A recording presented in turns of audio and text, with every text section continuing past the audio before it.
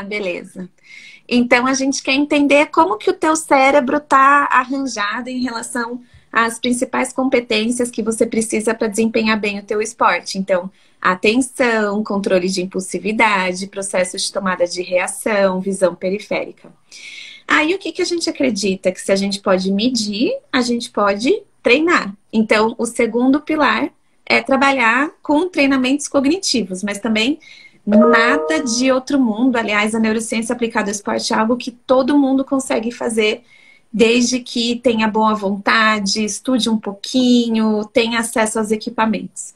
E por fim, a gente trabalha com o aspecto emocional, porque a gente sabe que o emocional sequestra o cognitivo. Então, a gente dá esse embasamento para o atleta em relação a coaching esportivo e psicologia esportiva. E a doutora Paula, eu tenho o maior orgulho de falar que ela faz parte da Neuroesporte porque ela é meio assim, o cérebro da equipe, literalmente, sabe? Então, ela é a nossa consultora, ela nos ajuda a construir protocolos, ela nos ajuda a entender qual caso a gente pode atender, qual caso a gente não pode atender, porque tem alguns casos que, lamentavelmente, o atleta tem uma lesão no sistema nervoso e nada do que a gente oferecer vai fazer diferença na vida desse atleta. Então, a gente precisa recusar e caminhá-lo para uma área que ele teria maior proveito. Ai, doutora Paula, essa internet acho que tá ruim, né? E, além disso, a doutora Paula também entra com o know-how e o conhecimento dela, que agora ela vai apresentar. Bom, vamos ver. Muito obrigada por ter disponibilizado o seu tempo, sabe, para dividir o seu conhecimento, que é precioso. O conhecimento é uma coisa preciosa, né? Então, eu agradeço desde já de você estar dividindo isso conosco. Mas depois da apresentação, eu gostaria que você, assim, numa linha bem simples, como se você estivesse dando aula para criança, sabe? Explicasse o que é a neurociência. Beleza, vai lá, doutora Paula, manda bala. Bom, boa noite. Espero que agora a conexão esteja boa. Mudei aqui a rede. Mas a gente está vindo aí de uma vida de lives, né, em pandemia, então todo mundo compreende aí as questões técnicas, né? Eu sou neurologista, eu sou formada médica aqui pela EMESCAM, uma faculdade de medicina bem antiga aqui do Espírito Santo.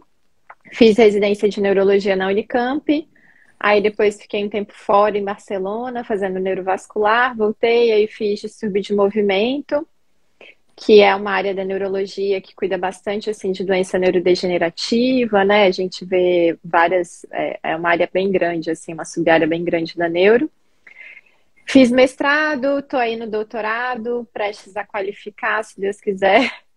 E recebi um convite para ficar fora, no Canadá, num grupo que é o que mais faz estimulação cerebral profunda, né? Que é você programar eletrodos cerebrais que tratam doenças degenerativas.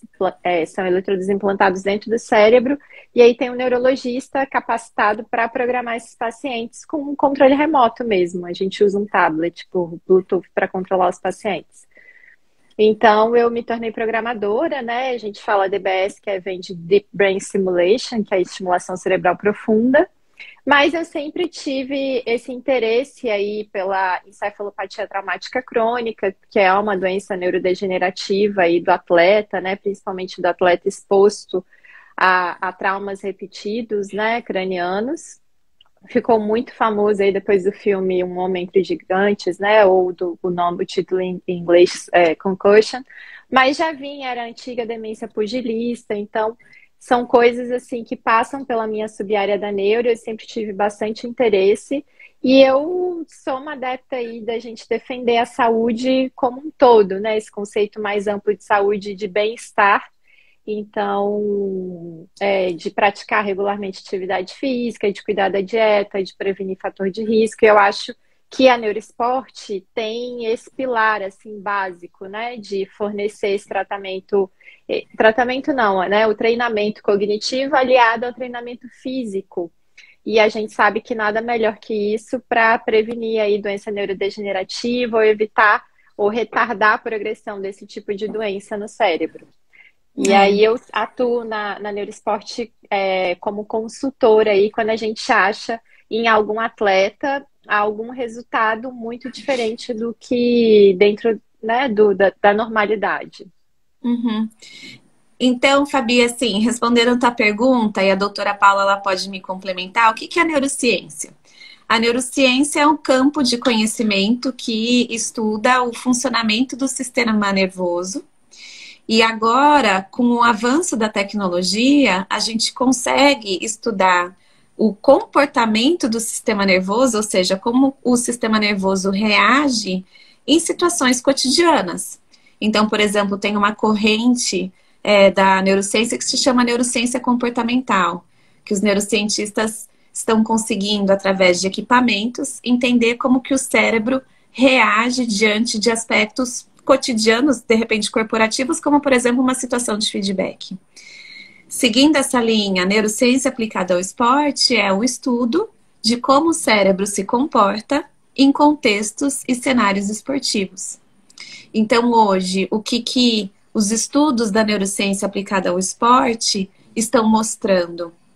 Existem vários estudos que mostram que as diferenças entre atletas de elite e atletas sub-elite são competências cognitivas, como, por exemplo, a atenção, que é a capacidade do cérebro se ater em um único estímulo, a flexibilidade cognitiva, que é você conseguir alterar a ação no decorrer dela, a memória de trabalho, que é você guardar uma informação, por exemplo, guardar a informação tática que o teu técnico te passou antes do jogo e executá-la.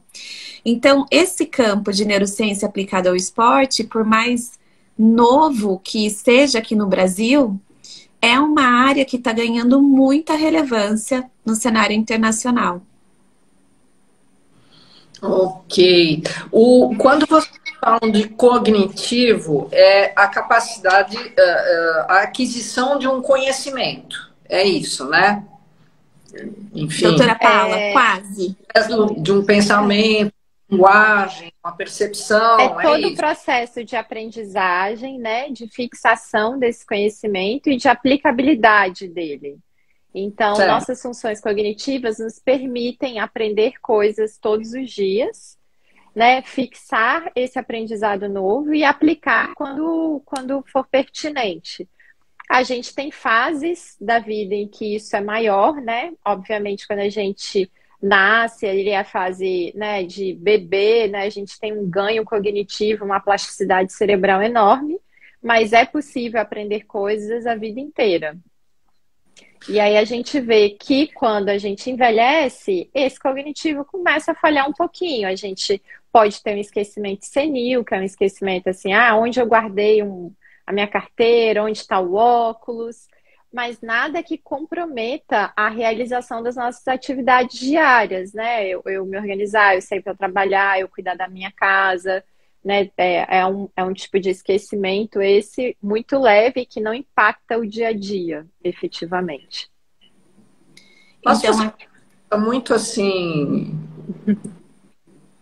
O que é a memória?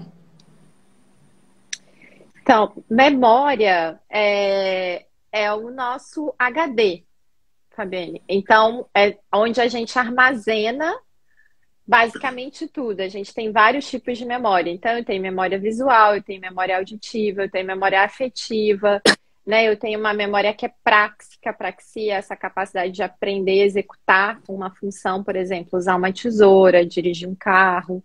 Então, a memória é o nosso HD, assim, né? Onde a gente salva tudo que a gente foi exposto e que, claro, né? A gente recruta o que é importante salvar definitivamente ou que fica ali na lixeira, né? Se a gente vai deletar, né?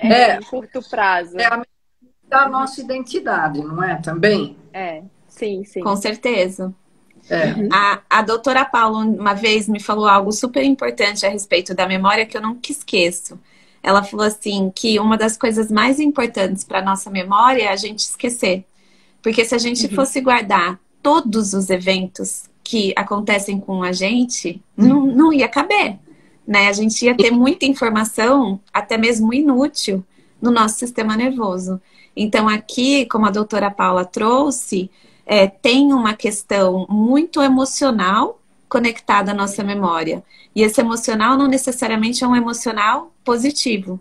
Você pode ter arquivado na tua memória uma situação muito ruim e que isso te traz à tona comportamentos no presente. Então, vamos levar aqui para um cenário, num contexto esportivo.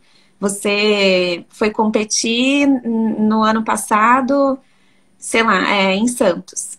E você teve uma experiência muito ruim lá. Deu tudo errado, atrasou, nadou mal. Quando você voltar para aquela piscina, muito possivelmente você vai ter essas memórias impactando no seu desempenho esportivo.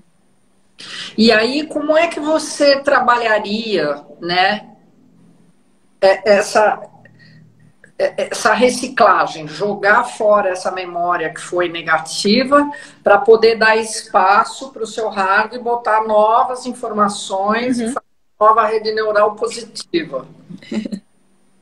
Então, com treino, Fabi, é importante. E aí associar o treino cognitivo, né, ao físico. Então, pegando o mesmo exemplo da Lari, eu sei que na minha competição, ano passado, na piscina de Santos, eu fui mal, eu perdi, eu fiquei em último lugar. Então, a gente, por exemplo, pode treinar num ambiente muito semelhante àquele, com condições climáticas semelhantes. E aí a gente vai treinar, por exemplo, premiação, né? Então, por exemplo, se eu conseguir bater uma meta, atravessar a piscina em tantos segundos mais rápido, eu vou conseguir descansar mais tempo, por exemplo. Ou eu vou finalizar o meu treino naquele dia mais rápido. Então, você pode estabelecer vários tipos de treino.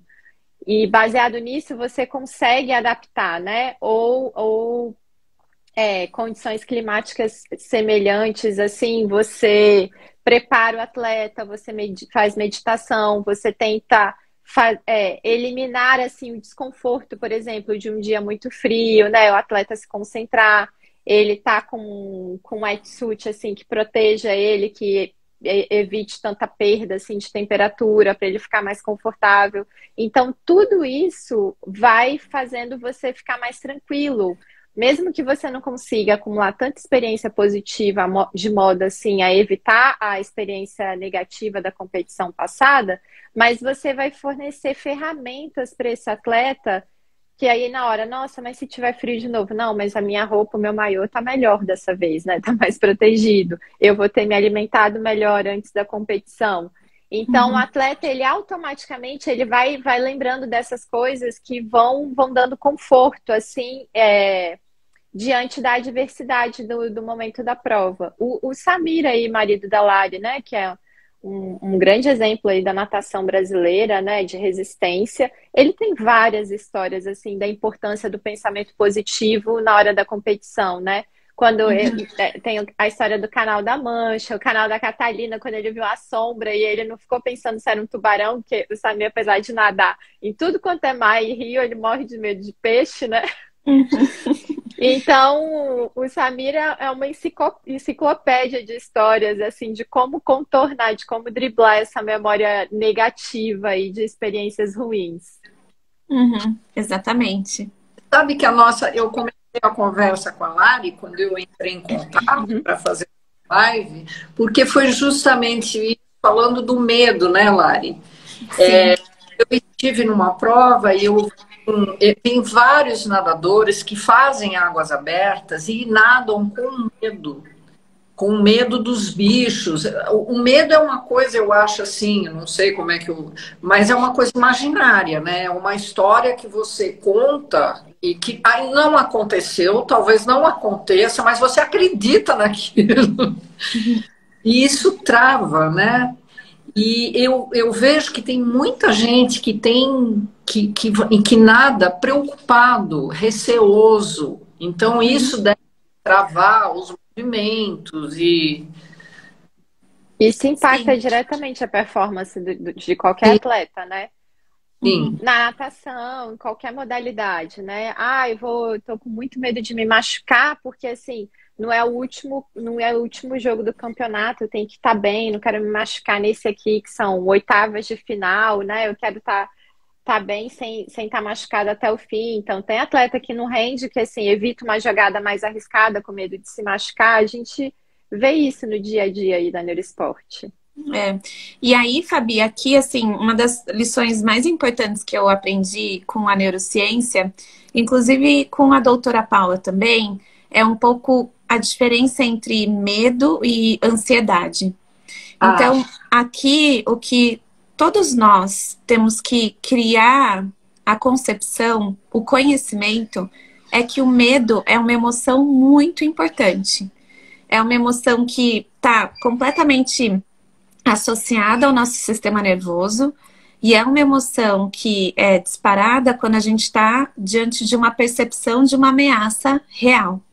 Então, sim. você olha para o mar e você vê aquelas ondas gigantescas e isso inevitavelmente te gera medo. E aí, o que que é ansiedade? Ansiedade, né, doutora Paula, a gente fez aquela live Uhum. legal com a sua amiga.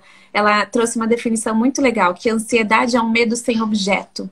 Então, quando a tua mente começa a te conduzir a lugares que podem não acontecer, aí se vier um tubarão, e se vier uma orca, e se, sei lá,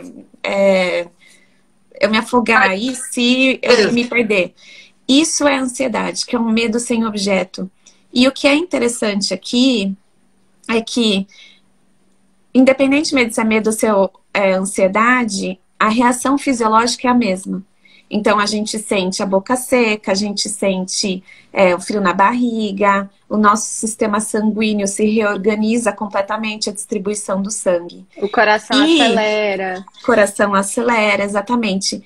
E tem uma estrutura que está muito, muito participativa no cérebro, que se chama corpo amidaloide. É uma estrutura que está com a gente desde os primórdios da espécie. E quando essa estrutura está em ação, ela impacta no funcionamento cognitivo, ou seja, impacta na nossa parte mais racional, por assim dizer, e isso faz com que a gente tome decisões mais pobres. Por quê? Porque a nossa atenção ela está muito mais centralizada para a questão da emoção, do medo, que, acima E de não para a tudo, quer razão. manter a nossa espécie viva e não para a razão. Exatamente. Então, veja como é bonito esse processo que a neurociência tem para nos ensinar. Que não adianta a gente chegar para o atleta e falar assim, tá com medinho? Ou falar assim, não precisa ter medo, olha o mar como tá, porque isso é completamente contra-intuitivo da nossa espécie. Então, tá bom, você tá com medo, então vamos entender o que está acontecendo, vamos treinar, vamos respirar, vamos mudar o foco, vamos ressignificar. Então, existem vários trabalhos possíveis que a gente pode fazer com esse atleta que está com esse medo. Tem a Beth Seguro, da Águas Abertas, ela está perguntando, desculpa, eu posso fazer as perguntas? Deve. Quem Claro, tiver fica à pergunta vontade. aí, pode fazer. Como o cognitivo altera a performance do atleta? Beleza. Doutora Paula, você quer começar respondendo? Sim, então, cognitivo, isso que a gente estava explicando, né, envolve várias funções do cérebro. Primeiro, assim, se eu vou começar numa modalidade nova e eu não tenho conhecimento, por exemplo, de todas as regras, do detalhe de como que é o esporte ou daquela competição, de como vai ser pontuado, então, assim, se eu não tenho esse aprendizado, isso vai impactar, porque, por exemplo, se eu não aprendi as regras ali daquela competição adequadas para minha modalidade, eu não sei, assim, o quanto de performance eu tenho que dar no início da prova, no meio, no final, né? O sprint, sabe, de finalizar a prova. Então, esse é um exemplo. O outro exemplo é essa parte emocional da cognição, que a gente estava falando até agora, né? Que é um exemplo muito didático, esse do medo e da ansiedade.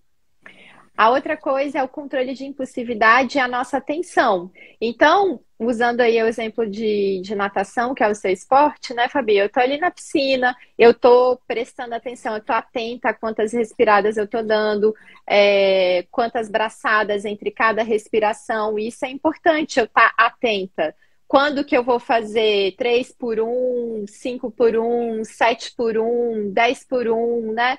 Em qual momento? E isso é tudo função cognitiva. É claro, eu tenho trabalho, eu tenho treino antes, eu tenho o meu técnico, né, para me orientar, mas ali é cada atleta por si, mesmo em esportes de equipe. A gente tem o exemplo aí do vôlei, né, que a Lari tem grande experiência de ter momentos ali que um jogador ele tinha tanto déficit de controle de impulsividade que na hora ele esquecia completamente a jogada treinada várias vezes para ser em equipe. E aí ele ia lá e dava cortada, aí ele perdia o ponto, porque o controle de impulsividade dele estava super baixo, né? Então, impacta diretamente. Do mesmo jeito que você treinando isso impacta positivamente, que foi o trabalho que a Lari fez, né? Esse atleta aí, vou usar o exemplo dele, com baixo controle de impulsividade, aí a gente só fez um treino fazendo isso, né? Por exemplo, a gente botava a luz e aí, luz azul você não corta, luz vermelha você corta na rede. Então, ele tinha que se controlar, bola vindo e luz azul piscando, e ele lá parado e bola passando do lado dele.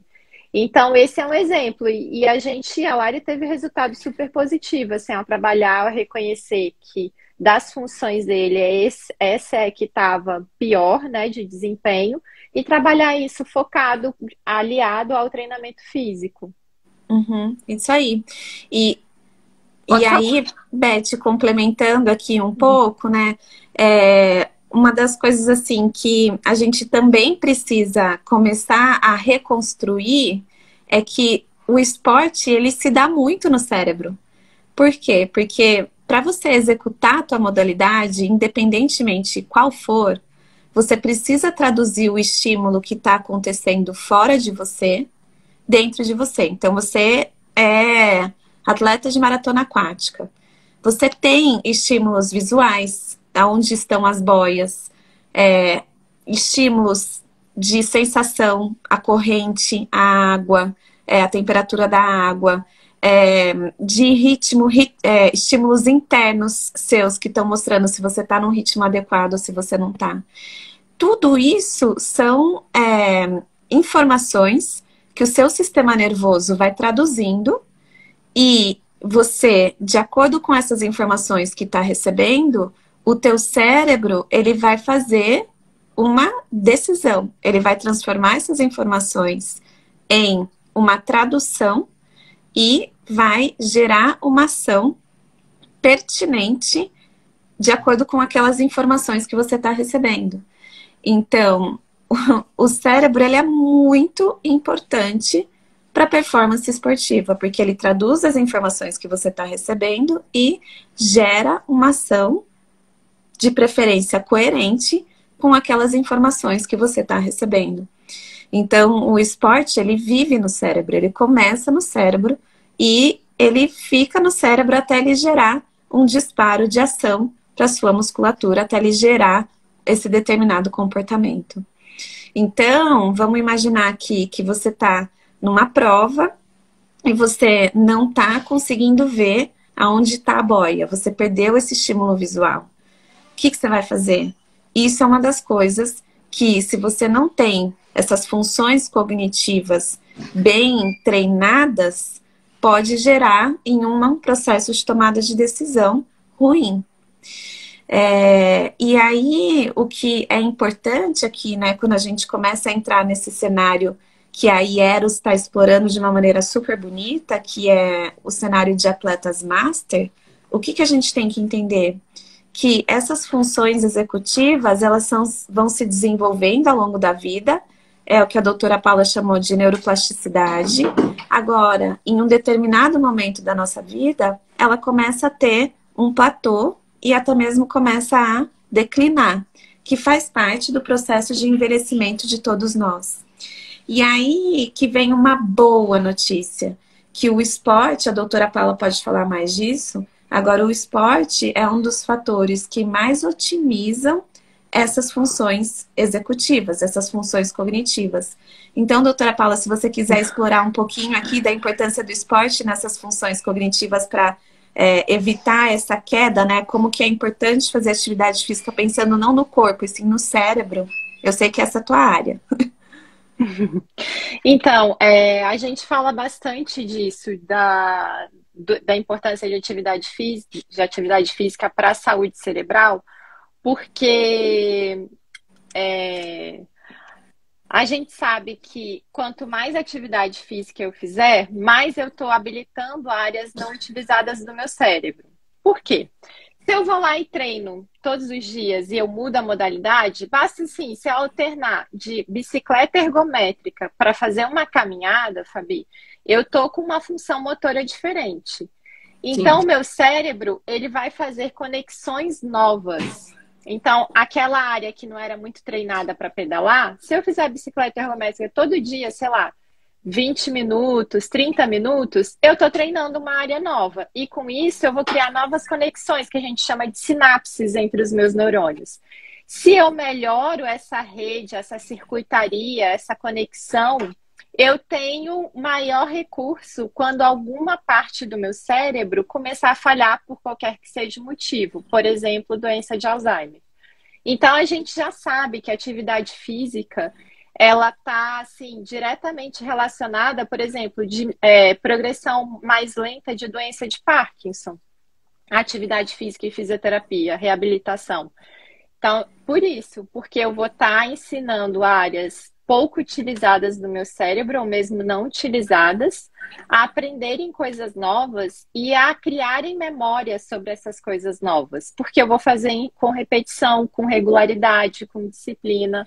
Tanto que quando a gente orienta a atividade física regular para alguém que é sedentário, a gente fala que precisa ser pelo menos 4 vezes na semana por 40 minutos. Para ter realmente esse impacto no cérebro, isso de eu melhorar minhas circuitarias, minhas conexões entre os meus neurônios, que são as células aí do sistema nervoso. Vai formar uma nova rede neural que vai mudar o comportamento. Isso. Porque cada parte do cérebro, ela tem uma função. E cada uma dessas partes tem camadas de neurônio. Cada camadinha de neurônio, que é a célula do cérebro, ela tem uma função. Então, por exemplo, eu tenho um grupo chamado de neurônios em espelho. Por que é espelho? Porque eles vão espelhar o que a camada vizinha está fazendo. E aí, isso eu vou invadir mais a minha rede neural com aquele aprendizado novo. Então, é muito importante, né, essa disciplina e a regularidade quando a gente está aprendendo alguma coisa nova. Que é aquilo, né? Quando você começa a aprender uma língua diferente. Se você não pratica, você esquece, né? Sim. Posso fazer uma perguntinha, então, entrando nisso? Então, veja bem, a multidisciplinaridade, então, seria mais benéfica ainda? Por exemplo, o triatleta nada, corre, pedala. Ele então tem um cognitivo, digamos, mais, como é que eu poderia dizer, melhor, mais reforçado, mais... Não, porque, por exemplo, quem nada tem que fazer musculação também, né, Fabi? Senão não adianta. Ah, entendi. Quem nada tem que fazer alongamento. Então, eu estou colocando outras modalidades, assim, citando o exemplo específico do esporte, né? Mas se for uma pessoa que não faz atividade física nenhuma, qualquer atividade já é boa para a saúde do cérebro. Se eu conseguir alternar o estímulo, melhor ainda. Por isso que o atleta, ele não treina só a modalidade dele, porque senão ele não seria um atleta de alta performance, de alto rendimento. Não adianta eu jogar bola e eu não ter o básico ali, a necessidade, por exemplo, da musculação, né? Para estruturar meu ligamento, para estar bem firme, assim, para proteger meu osso de fratura, né? O músculo que protege o osso de fratura. Então, o triatleta, ele faz 3 em 1, o pentathlon, né? O heptathlon, a gente tem várias modalidades, mas, assim, a atenção dele também fica mais dividida que um atleta, por exemplo, que só nada. Mas, doutora, por exemplo, e se a gente pegar as crianças, né? Não é bom as crianças serem apresentadas para esportes diferentes ou atividades diferentes, a Sem fim de dúvida. ter o neuromuscular, porque parece que o memória ajuda, né? Justamente. E essa rede neural também funciona para isso. Muito, muito. Inclusive, aqui, Fabi, tem um estudo muito legal que foi desenvolvido com quarterbacks da NFL. E quiseram identificar, assim, o que determina que o quarterback ele é um dos melhores. Os melhores quarterbacks, o que eles tiveram em comum? A grande maioria foi introduzido a vários esportes quando eram criança. Por quê? O que isso traz para eles? Primeiro, um repertório motor imenso. Então, faz vários movimentos, vários dribles, tem facilidade de jogar com a mão direita, com a mão esquerda, iniciar a corrida com o pé direito na frente, com o pé esquerdo atrás, muda de direção rápido. Outra coisa é que, indo um pouco mais para a área cognitiva, uma das competências mais importantes para o esporte é a antecipação. Então, eu leio, eu vejo você fazendo um gesto e eu consigo já ir para a ação que é coerente com a reação desse gesto que você está executando. E aí, quanto maior repertório motor a criança teve na infância dela, maior a capacidade dela de antecipar as ações. Por quê? Justamente por conta dessa experiência, dessa memória motora que essa multidisciplinaridade dos esportes introduziu na vida dela. Ah, que lindo! É muito lindo. A Patrícia, que é uma esgrimista, ontem nós fizemos uma live linda com ela. Ela está perguntando se há diferença na cognição da prática esportiva recreativa versus práticas competitivas. Tem, Patrícia, porque, primeiro, boa noite aí, parabéns. Eu nunca cheguei nem perto de esgrima, mas eu acho tão bonito, eu acho um esporte tão elegante, o esgrima. Tem porque, assim, quando você coloca a competição, você vai mexer com funções cognitivas diferentes do que a prática recreativa. A prática recreativa, eu não estou preocupada com o resultado. Então, isso não ativa certas áreas do meu cérebro. Então, por exemplo, a minha atenção, ela não vai ser 100%, ou ela vai ser 100% assim, eu tô aqui me divertindo, eu não vou me machucar, então não preciso pontuar o que eu pontuaria se eu estivesse competindo. Então tem total diferença, mas eu acho que é muito importante.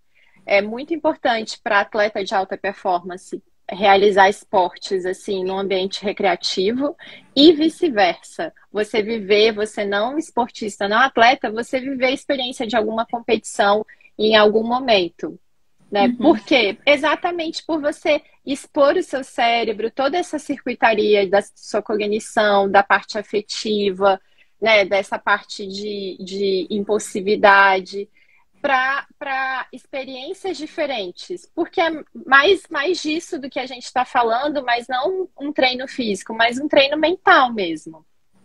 Exatamente. Eu posso aproveitar e fazer outra pergunta? Eu sou muito perguntadora, né? Desculpa. Não, que bom. Imagina, vai lá. Para os atletas master, seria interessante você fazer esse cognitivo, como é que eu poderia perguntar isso? Ele tem uma influência grande, por exemplo, ele é muito influenciado, isso que eu quero perguntar, ele é influenciado pela intensidade e pelo volume do treino? Sim. Sem dúvida. A Lari pode falar melhor disso, mas a gente sabe que o dia que o atleta ele não tá bem, por exemplo, que todo mundo tem problema, né, na vida pessoal. Então, ele tem um problema na vida pessoal, ele não vai render bem nesse treino. E aí é nesse treino que o técnico tem que puxar, tem que chamar atenção, tem que pressionar?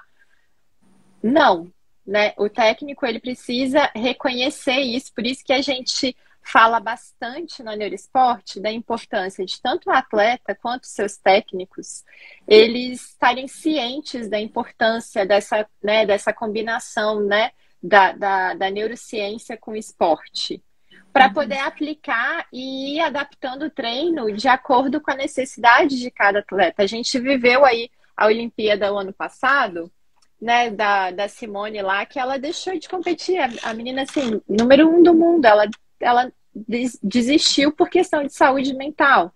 Então, acho super importante isso, e a Lari agora pode complementar mais aí do ponto de vista de educadora física e neurocientista. Neurocientista não, mas entusiasta.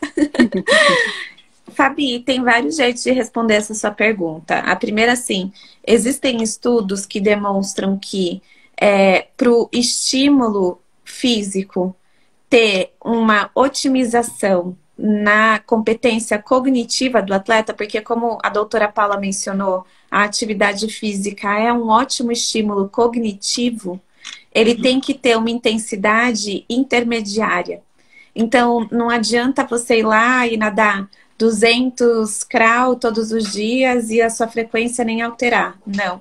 Tem que ter uma intensidade intermediária e uma duração de 30 minutos, pelo menos, 30 a 40 minutos, 3 a 4 vezes por semana. Aí sim você tem ganhos cognitivos com essa prática de atividade física. E aí aqui, quando a gente entra nesse contexto master de que existe aí uma busca constante pela performance, a gente precisa fazer uma triagem do atleta diariamente para entender como estão os fatores que impactam na sua cognição. Então, aqui na Neuroesporte, toda vez que a gente vai dar treino cognitivo, né, que é uma das áreas nossas de atuação, a gente pergunta, Fabi, como que tá teu humor? Como tá teu estresse? Como tá a tua motivação? Como tá a tua hidratação? A tua alimentação? A qualidade de sono? Tem alguma observação? Tá com dor em algum lugar? Brigou com alguém? Teve um arranca-rabo com alguém que você ama? Por quê? Porque todos esses fatores vão impactar no seu desempenho cognitivo. Eu até costumo brincar que a nossa cognição é um dos componentes mais voláteis que existem. Então, hoje, amanhã eu vou acordar com o mesmo peso que eu tô hoje. Para eu perder peso, para eu emagrecer, eu vou precisar aí de 3 meses de dieta para fazer isso com qualidade. Já a cognição, não. Dependendo do que acontecer comigo essa noite, amanhã eu posso estar voando ou eu posso estar péssima em questão de atenção, de controle de impulsividade. Por isso também que é importante a gente estimular. Para quando você tá aí no auge do estresse, no auge do cansaço, você ter mais arcabouço cognitivo do que você teria se você não estivesse treinando essa parte específica. Impressionante. Que coisa maravilhosa. Nós somos uma máquina, assim, muito complexa, né? E extraordinária, sabe? Sabe que eu vou fazer outra perguntinha. Eu li aqui que a gente pode, o cognitivo, comportamental, digamos assim, falando das emoções, né? E as emoções, elas são, eu acho que características, não estou dizendo que o bichinho também não tem emoção, isso eu não... Mas elas são umas características, assim, da experiência que a gente tem, né? E essas emoções, elas são, em geral... demonstradas através dos músculos faciais, certo? A minha pergunta existe uma influência cultural para isso? Muito, Mais ou muito. menos, depende. Eu não sei para que linha a doutora Paula tá indo. Eu tô indo para outra, de emoções básicas. Ah, sim, de emoção básica, sim. Mas, por exemplo, a gente vê os atletas orientais e os Isso, ocidentais. Certo. É uma diferença muito grande, né, na expressão facial. Uhum. olha, É muito grande. eu dou aula de francês. Uma vez, o meu diretor pedagógico da Aliança Francesa me botou na sala para dar aula para japoneses. Eram Uhum. 4 pessoas. Eu levei 4 meses sem conseguir discernir se eles estavam entendendo ou não. Uhum. Aí eu fui conversar com ele, porque a dificuldade era monstruosa. E ele foi descobrir que existem professores, foi desenvolvido toda uma parte pedagógica de um professor que morou muito tempo nos países orientais para adequar uma, uma pedagogia para o ensino das línguas ocidentais para os orientais, justamente porque nós não temos a leitura facial dessas pessoas. É. Por isso que eu perguntei isso, sabe? Porque Aqui eu Por acho que outro tem. lado, pode Pode falar. falar. Vai você. Não, por outro lado, a gente tem o exemplo assim, vou usar o exemplo da minha ascendência italiana, né? Italiano já fala gesticulando, fala com a mão, tem expressão facial na mão, né? Então você sabe ali, às vezes na cara da pessoa, assim, a emoção dela, e às vezes você acha, nossa, tá muito bravo, mas não, às vezes é o habitual dela, então é o extremo oposto, né?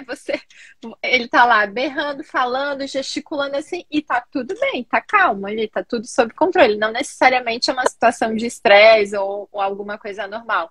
E a gente vê isso também nos atletas, né? então, essa parte de expressão dos sentimentos que vem do neurônio, dos neurônios, ela pode ser, digamos assim, domada através das expressões? Pode. Pode, que eu ia falar, ia usar um outro exemplo. Tinha uma menina competindo no Carraíça, do skate, acho que ela era japonesa, não lembro se ela ficou em segundo lugar em alguma das modalidades. E eu vejo, não sei se é porque era um atleta, assim, uma geração mais nova, não lembro a idade dela agora, se ela tinha 11 ou 12 anos, dela demonstrar, assim, por expressão facial, e me chamou a atenção, né, nas Olimpíadas, eu falei assim, nossa, uma atleta oriental demonstrando, assim, dava pra ver, assim, ela feliz, ela frustrada quando ela não conseguia fazer uma manobra, ela alegre, assim, depois ela comemorando com os colegas. Então, eu acho que tudo é passível de treino. E eu acho que é importante, sim, a gente treinar isso. Porque, imagina, você usou um exemplo ótimo aí, você dando aula de francês para 4 orientais, né? A sua dificuldade, 4 meses para saber se eles estavam entendendo ou não o que você estava passando. Então, eu acho que nesse sentido, o cultural influencia bastante, mas pode e deve sim ser danado, porque é aquela questão de equilíbrio, né? Aí agora a Lari vai falar por que ela acha que às vezes nem tanto. Então, é que aqui o que a gente tem são por 3 pontos importantes aqui, Fabi. Primeiro, quando a gente fala dessas emoções, medo, raiva, nojo, tristeza, alegria, elas são consideradas emoções básicas. Emoções básicas são aquelas que meio que estão no chassi, a gente nasce com. E, portanto, a representação da nossa espécie é comum, é igual. Então, se eu falar, faz cara de susto, 1, 2, 3, e já, todo mundo vai fazer assim. Por quê? Porque é uma representação da nossa espécie a representar o medo dessa forma, arregalar a sobrancelha, abrir os olhos e ir para trás. Então, tem esse componente de universalidade. O que nós temos que diferencia é, primeiro, a cultura.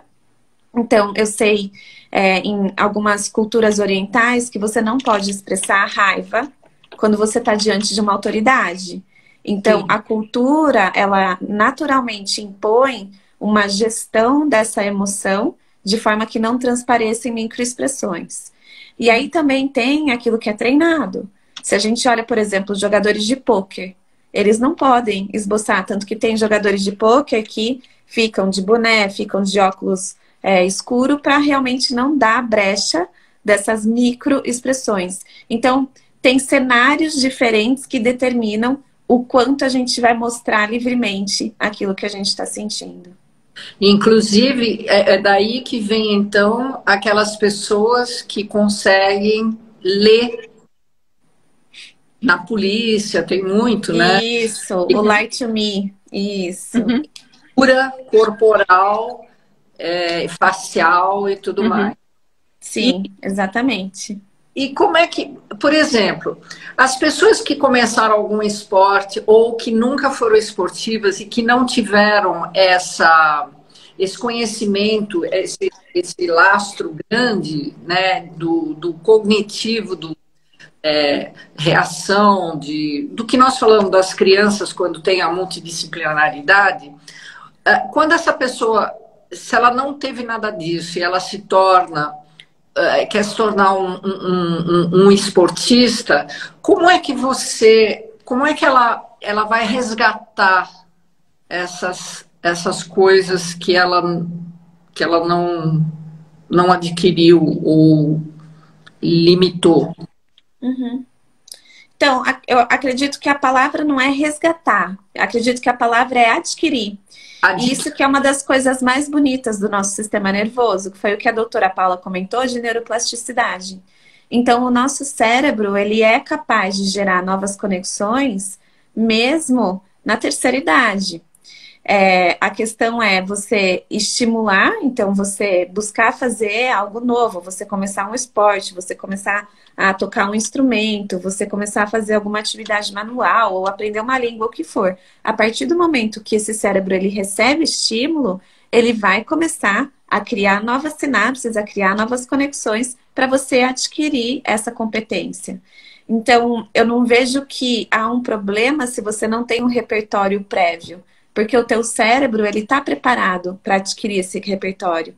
O que você precisa, e aí eu acredito que é algo mais emocional, você precisa ter motivação, ter vontade, sentir prazer. Porque ter motivação, sentir prazer, dispara determinada química no teu sistema nervoso que otimiza o processo de aprendizado. Agora, se você vai lá, tá bom, tenho 70 anos, quero jogar beach tênis.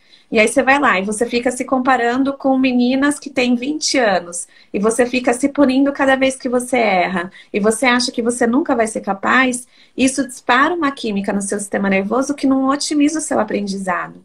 Então, além de ter, né, esses estímulos, você também precisa ter um fator emocional positivo para te ajudar a adquirir esse aprendizado, adquirir esse repertório. Lari, essa neurociência voltada para o esporte, ela é apoiada também em instrumentos, em máquinas, em equipamentos. E quais são esses equipamentos? Então, Fabi, existem trilhões de equipamentos no mercado, né? Principalmente nos Estados Unidos e na Europa. Vai responder tudo. Então, a gente tem desde óculos de realidade virtual para simular o teu esporte ou para te dar estímulos para você reagir, fugir de bola, fugir de estímulos.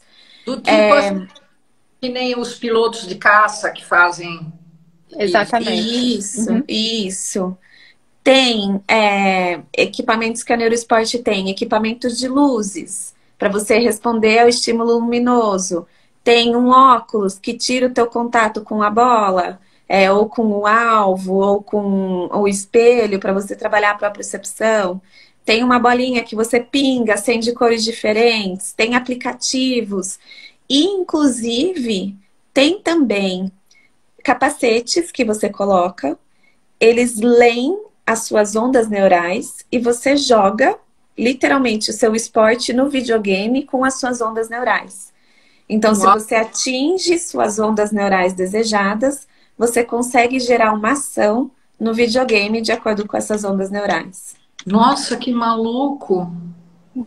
Sim, Não, um exemplo não tabajara, assim, mas que existe há bastante tempo é o Wii, né? Essa marca aí de videogame, exatamente. que é interativo.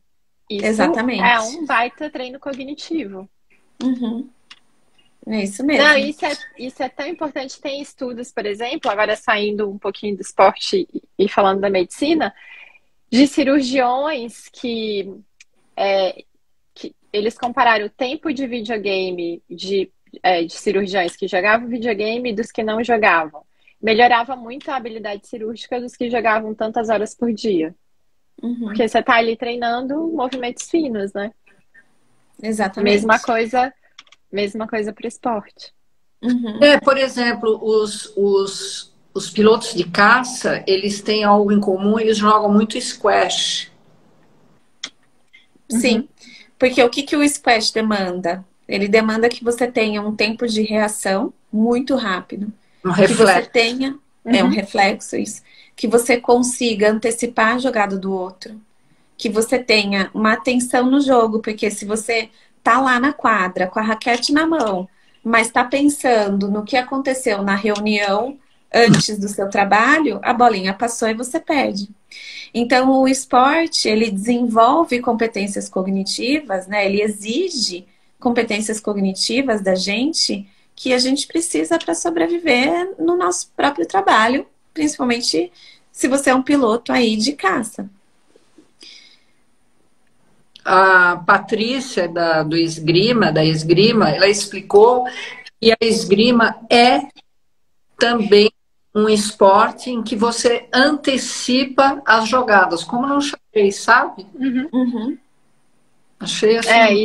isso eu sabia da esgrima. É, E é pela leitura corporal. Eles leem exatamente o adversário e eles sabem, né, onde que ele vai tentar, não sei o termo que Atacar. usa, Uhum. fazer o ataque. ah, Então, aqui também, Fabi, olha como é importante aqui da Patrícia, ela ter um processamento visual importante. Porque imagina, ela tá com aquela proteção, ela tem que estar atenta à movimentação dela, ela tem que estar atenta à esgrima do adversário, agora ela tem que detectar pistas do corpo, da posição do corpo da adversária, que vão remeter para ela se a adversária vai atacar ou se a adversária vai recuar. Então, aqui, imagina que o cérebro dela está sendo bombardeado por informações e ela precisa processar tudo para gerar uma ação adequada. Patrícia, você é muito inteligente. É mesmo. E existem, por exemplo, esportes em que a demanda disso é maior do que outras. Existe essa diferença? Vai lá, doutora. Não, eu não acho que existe tanta diferença, porque dependendo da modalidade, eu vou ser cobrado proporcionalmente mais em certas modalidades, né? Por exemplo, então, aí vamos usar o exemplo da esgrima. Eu vou precisar muito de campo visual, mas talvez eu não vou precisar tanto de associar minha velocidade, não velocidade, mas talvez muito mais meu campo visual que alguma outra função. Já no esporte, eu tenho esse tempo de reação a alguma outra modalidade que ainda precisa ser superior ao da esgrima, né? Que eu não preciso, às vezes, ler tanto o outro competidor como na esgrima, mas eu tenho que ser mais rápido, independente da ação dos outros, como no futebol, por exemplo, ou como no vôlei. E o Então, eu acho que proporcionalmente, cada esporte vai ter a sua demanda maior. demanda mais? Exatamente. E o que é legal, Fabi, assim, então, a gente entender qual que é a demanda cognitiva de cada esporte e também tem estudos muito legais que mostram como o cérebro sofre modificação de acordo com o estímulo que recebe. Então, no esporte não vem nenhum estudo que me ocorre agora. Agora fizeram estudos com taxistas em Londres e viram que a área do cérebro associada à memória, o hipocampo, ele tem um volume maior do que a área do cérebro de outras pessoas que não eram taxistas. Por quê? Porque eles tinham que se lembrar dos caminhos, dos nomes das ruas, da rua que pode entrar, que não pode, isso impacta na memória. Então, o hipocampo ele era mais denso do que de pessoas normais. Então, também o cérebro ele é maravilhoso por conta disso, né? Ele vai se adaptando, ele vai se ajustando de acordo com os estímulos que ele recebe e a demanda que é exigida por parte dele. Então, você, por exemplo, pode ter esportes que tenham a demanda de certos estímulos que sejam muito semelhantes, e você poderia migrar de um esporte para outro. Uhum. E a gente vê isso acontecer, né? Por exemplo, sair do tênis e pro beach tênis. Vôlei de quadra e pro vôlei de praia, né? Parece a mesma modalidade, mas é muito diferente, é menos jogador, né? O ambiente é outro. Então, são estímulos assim diferentes, apesar de modalidades muito semelhantes. Por exemplo, vamos lá, um tiro esportivo, ele tem que estimular a cuidado, a pontaria, a concentração. Ele tem que abaixar o ritmo cardíaco. Isso ele também conseguiria treino. Uhum. Sim, exatamente. E seria mais fácil ele migrar, por exemplo, para um arco e flecha do que um nadador ir lá começar tiro esportivo. Uhum. Sim. Sim. E aí também tem um dado legal que se comparam as funções cognitivas de atletas das mais diversas modalidades com pessoas que não praticam atividade física, invariavelmente, os que praticam atividade física são melhores pontuados nesses testes cognitivos do que a população média. Sedentária. Então, isso sedentária. Então, isso também mostra como o esporte, independentemente de qual modalidade seja, já traz um ganho cognitivo para quem o pratica. É impressionante. O esporte, desculpa, mas eu acho que é a resposta para tudo. Ah, sim. Para boa parte dos problemas, sim. Doutora Paula, você pratica um esporte? Sim, sim. Vários. Eu gostava muito de nadar, eu nadei assim, desde a minha infância. Mas a natação, para quem não é atleta, chega uma hora que assim, se enjoa, mulher, o cabelo comprido, né? Aí agora eu tô correndo e musculação e comecei um novo semana passada, a Lari não sabe ainda. Eu fui pra canoa havaiana, comecei a canoa havaiana. Que legal! E o que eu achei demais, assim, o conceito de unidade, assim, né? Porque o seu movimento tem que ser exatamente igual ao da frente, sincronizado. Uhum. Muito bom. Uma canoa. Seu cérebro deve ter amado. Eu adorei. Foi muito bom. Também de esporte individual e esporte coletivo, ele também deve ser muito diferente, né? Muito diferente. E importante, assim, né? Todo mundo fala que o esporte individual, né? Você não treina isso de trabalhar em equipe e tudo. Mas você tem uma equipe dentro de você que você tem que controlar. E do mesmo jeito você tem que ter orientação técnica, né? Sim. Então, e do mesmo jeito, assim, que você precisa trabalhar a individualidade e a performance individual de cada atleta num time, né? Ele não pode sempre estar só contando, eu tenho essa função exclusiva aqui, então não vou fazer as outras. Não é bem assim, né? Então, os dois lados têm vantagens e desvantagens. Sim. E você acha que um atleta que foi acostumado a fazer um esporte sempre individual, ele vai ter muito mais dificuldade de fazer um esporte em equipe, não é não? Depende depende assim, se esse atleta que era uma modalidade individual, ele vem de uma família que ele tem, sei lá, 6 irmãos, talvez não seja tão difícil assim. Então, tá aí a influência do ambiente em tudo, né? Uhum. Do mesmo Exatamente. jeito, e importância, né, na parte cognitiva, então. E até mesmo a disposição em aprender, a disposição em fazer essa transição. Tudo isso vai impactar na qualidade dessa mudança. Fala, Sim. João Paulo. Ei, Aqui João, boa noite. devem ter muitos conhecidos, né, da área de vocês.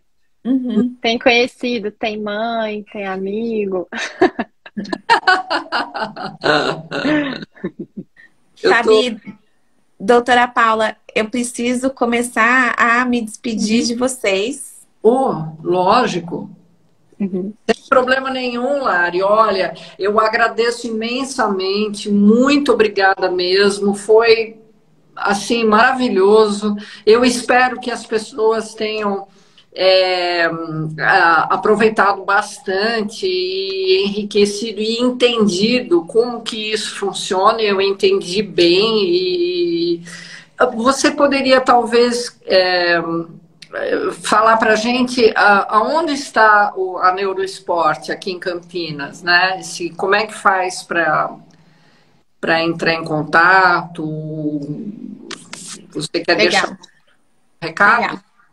Isso, então, quem quiser começar a fazer esse trabalho cognitivo voltado para ajudar, não só no contexto esportivo, como também na vida, né? Que a gente sabe que a gente perde qualidade de vida se as nossas funções cognitivas estão comprometidas.